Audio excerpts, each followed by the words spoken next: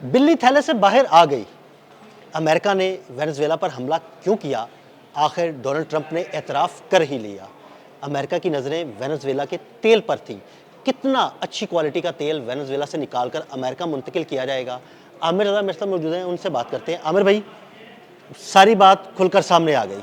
बहाना था सिर्फ उनके सदर माडोरो के बारे में ये कहा जा रहा था कि वो मनशियात फ़रोशों की पुष्टपनाही करते हैं, लेकिन दरअसल अमेरिका की नज़रें वेनेजुएला के तेल पर थी, जिसका इजहार डोनाल्ड ट्रंप ने खुद कर लिया। देखिए, सबसे पहली बात तो यह है कि डोनाल्ड ट्रंप ने खींच के तमाचा मारा है दुनिया के उन लोगों के ऊपर जो ये कहा करते हैं कि अमेरिका जो है वो दुनिया का बड़ा महज़ब और बड़ा इंसाफ पसंद मुल्क है।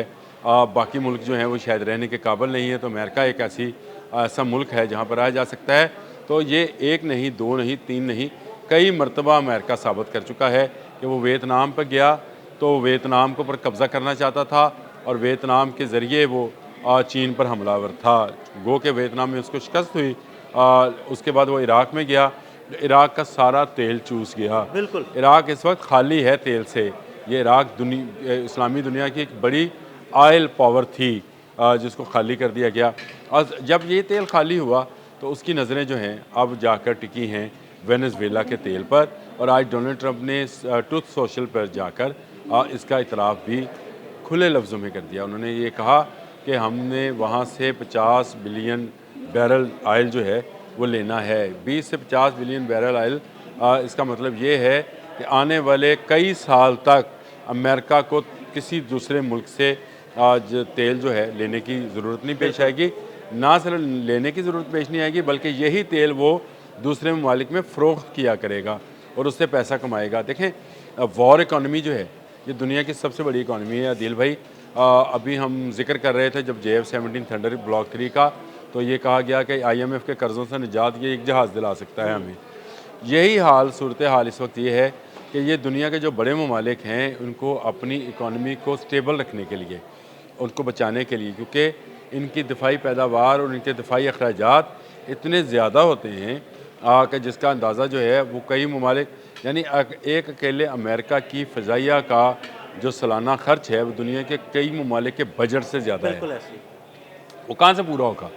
उसको पूरा करने के लिए इनको जंगें चाहिए होती हैं। जो वॉर लॉर्ड्स होते हैं ना जी, वो जब जंग खाना जंगी हो रही है, अगर आप इसको मैं समझाना चाहूँ तो अफ़गानिस्तान का जल्दी जल्दी समझा देता हूँ आपको।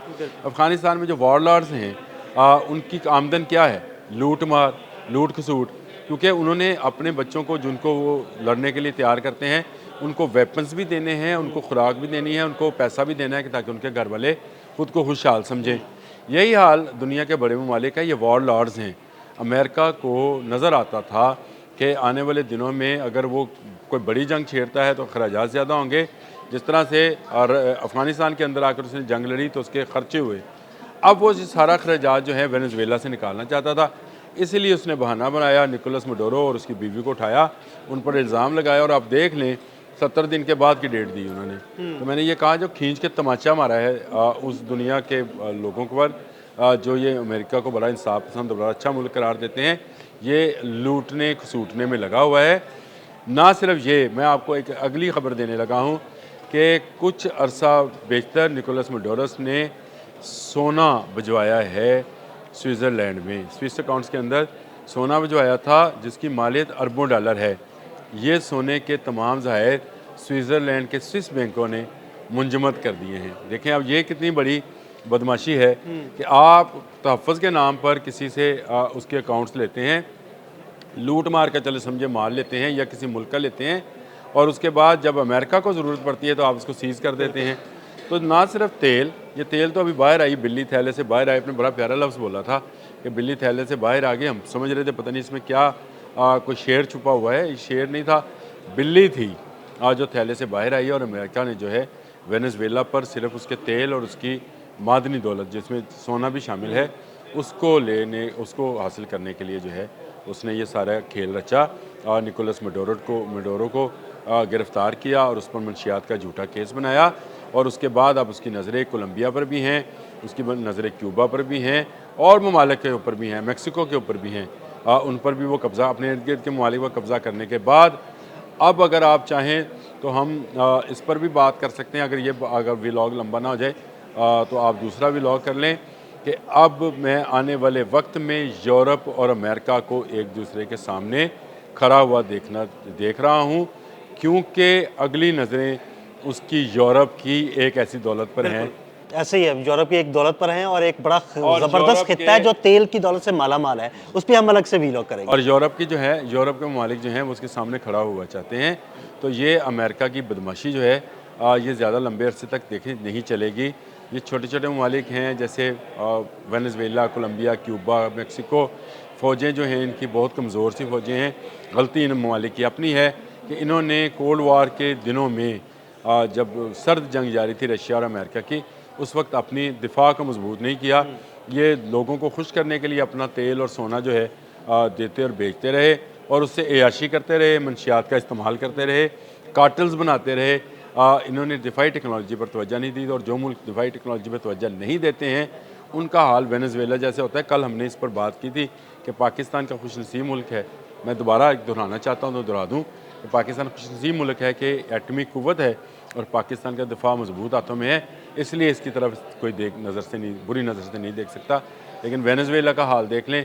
वेनेज़ुएला अमेरिका कब्ज़ा कर चुका, अपनी तेल की कंपनी जो वहाँ भिजवा चुका। वो कह रहा है कि वहाँ से जो तेल है कुएँ पहले से मौजूद हैं। कल कोई साहब मुझसे कह रहे थे कि शायद 10 साल के बाद तेल निकलेगा। नहीं, तेल तो ऑलरेडी वहाँ से निकल रहा है, बिल्कुल। वहाँ कुएँ मौजूद हैं, उन बल्कि पर अब तो कब्ज़ा स्पीड करना अप हो है। जाएगा काम। हाँ जी, वो तमाम मुआहिदात जो कि पहला मुतालबा है उसका कि वो तमाम मुआहिदात जो हैं वो ख़त्म किए जाएँ। और दूसरी बात मैं आपको बता दूँ, वेनेज़ुएला की जो अपोजिशन लीडर जिला वतनी काट रही थी वाशिंगटन के अंदर, वो अगले चंद घंटों के बाद वेनेज़ुएला पहुँच रही हैं और उनका पहला बयान जो आया है वो ये हुआ है कि वेनेज़ुएला को आज़ादी दिला दी गई निकोलस मडोरो से और वेनेज़ुएला की दौलत अमेरिका की दौलत है। यानी वो अपनी कठपुतली हुकूमत लेके आएंगे और वो जो अमेरिका चाहेगा वैसे ही होगा। बिल्कुल ऐसे ही होगा। अब ये कोई कब्ज़ा अब उस तरह से होता नहीं है जिस तरह से लोग समझते हैं। पुराने वक्तों में होता था कि कोई ईरान से फौजी उठा, आगे कुरान आगे से उठा, उन्होंने कब्जा किया और करके वहाँ वो तख्त अब में कायम कर दिया। उन्हीं उन्हीं लोगों को वो अपने करीब लेके आते हैं, उन्हीं पे इन्वेस्ट करते हैं और वहीं पे प्लांट कर देते हैं। अब यही वो तगूत की क़ुव्वतें हैं जो ममालिक पर इस तरह से कब्ज़ा करती हैं, यानी अपने लोगों के ज़रिए कब्ज़ा किया जाता है। वो फ़िज़िकल कब्ज़ा नहीं है। जहाँ फ़िज़िकल होना चाहेंगे वहाँ पर इनके अखराजात होंगे। इस बात को समझ लिया अमेरिका ने, इसलिए उसने एक फ़हरिस्त बना ली है जिसमें उसने अपने जो इर्द गिर्द के ममालिक हैं जिसको हम लैटिन अमेरिका या जनूबी अमेरिका कहते हैं, उन ममालिक की फ़हरिस्त जारी कर दी कि इन पर हमने कब्ज़ा करना है या हुकूमतों की तब्दीली करनी है और उसके बाद हमने यूरोप की एक कीमती जगह पर भी कब्ज़ा करना है। ये वो सूरत हाल है दिल भाई जिसमें दुनिया इस वक्त मुब्तला है।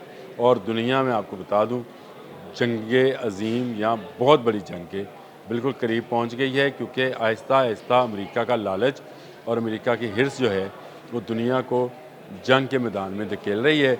और क्या होगा कि आखिरकार वो जंग होगी जिसका तसव्वुर करना भी मुहाल है कि दुनिया का समंदर जो हैं वो शायद खुश्क हो जाएँ। इतने ख़तरनाक मिज़ाइल और इतने ख़तरनाक बॉम्ब्स जो हैं दुनिया बना चुकी हुई है और अभी जंग का मुकम्मल वर्ल्ड नहीं हो सकता है, क्योंकि ऐसी जंग जो है वो पूरी दुनिया के लिए तबाही लाएगी जिसका आगाज़ वेनेज़ुएला से मैं ये समझता हूँ हो गया। बहुत शुक्रिया आमिर रज़ा जी। बिल्कुल आमिर रज़ा ने बड़ी तफसील के साथ आपको इस सारे मामले के बारे में बताया और ये भी बताया कि दरअसल अमेरिका की नज़रें वेनेज़ुएला के तेल पर थीं, जंग का और हमले का सिर्फ एक बहाना बनाया गया। अदील अहमद और आमिर रज़ा को इजाज़त दीजिएगा। अल्लाह हाफ़िज़।